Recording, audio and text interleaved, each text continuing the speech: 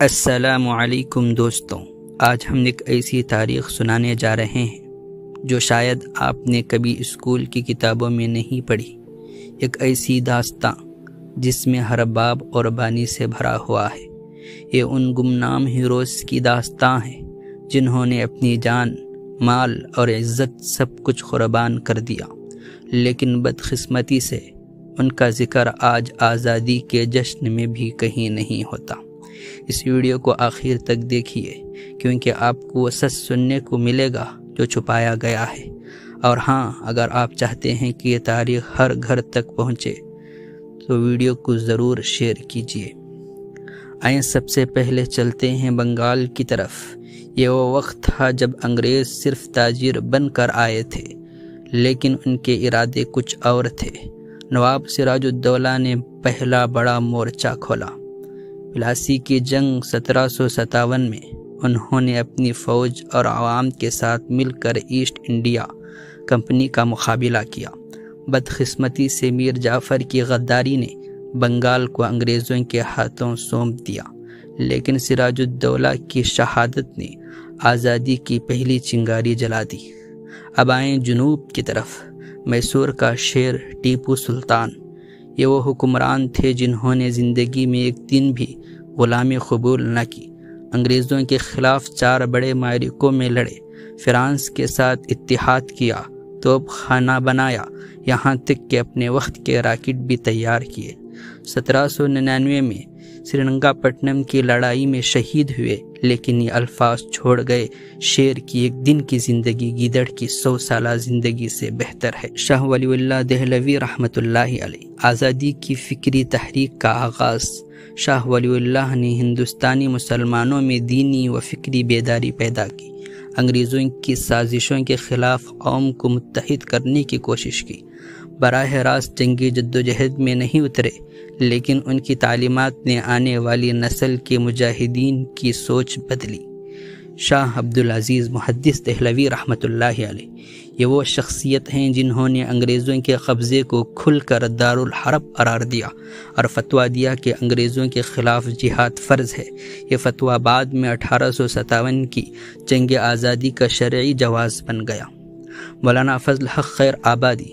آئیں اب 1857 کے قریب پہنچتے ہیں۔ مولانا فضل حق خیر آبادی وہ عالم ہیں جنہوں نے کھل کر 1857 میں جہاد کا اعلان کیا۔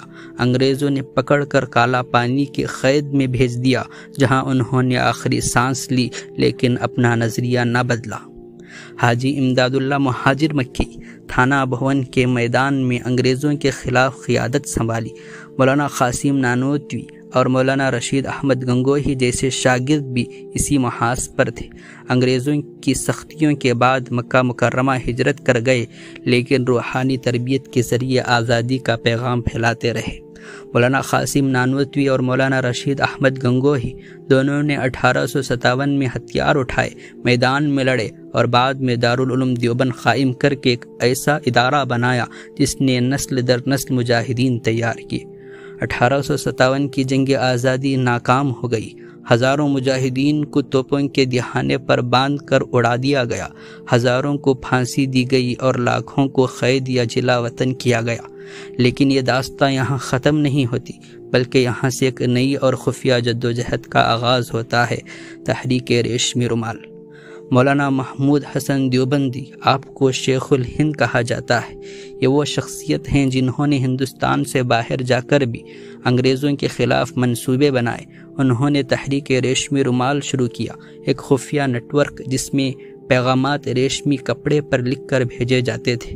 یہ منصوبہ ترکی، افغانستان اور جرمنی تک پھیل چکا تھا، لیکن عین وقت پر راز فاش ہو گیا اور آپ کو مالٹا جیل میں قید کر دیا گیا۔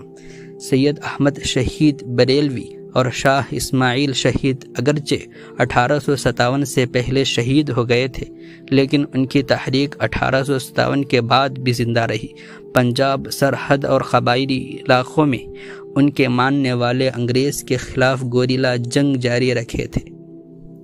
مولانا عبید اللہ سندھی، تحریک ریشمی رومال کے اہم رکن، افغانستان گئے، جرمنی اور روس تک سفر کیا، انگریز کے خلاف عالمی سطح پر مسلم طاقتوں کو متحد کرنے کی کوشش کی۔ مولانا حسرت موہانی انقلاب زندہ باد کا نعرہ دینے والے پہلے شخص، سیاست، شاعری اور عملی جدوجہد تینوں میں سرگرم رہے، کئی بار خیر و بند کی صعوبتیں برداشت کی۔ مولانا ابوالکلام آزاد جوانی ہی میں الہلال اور البلاغ جیسے اخباروں کے ذریعے قوم کو آزادی کے لیے بیدار کیا۔ انگریزوں نے اخبار بند کیے، جیل بھیجا، لیکن ان کی آواز کو دبا نہ سکے۔ مولانا سید عطا اللہ شاہ بخاری انجمن خدام الدین اور مجلس احرار اسلام کے رہنما، ہر جلسے میں انگریزوں کے خلاف زوردار تقریریں، جنہوں نے لاکھوں لوگوں کے دل میں آزادی کی آگ بھڑکا دی۔ دوستوں، یہ داستان صرف تاریخ کے صفحات میں لکھی ہوئی چند سطریں نہیں ہیں، یہ وہ لہو ہے جو ہمارے بزرگوں نے بہایا۔ ہم نے ٹیپو سلطان کی بہادری سنی، نواب سراج الدولہ کی غیرت سنی، حاجی امداد اللہ مہاجر مکی کی قیادت سنی، مولانا فضل حق خیر آبادی کی قربانی سنی، اور تحریک ریشمی رومال کی خاموش مگر تباہ کن گونج سنی۔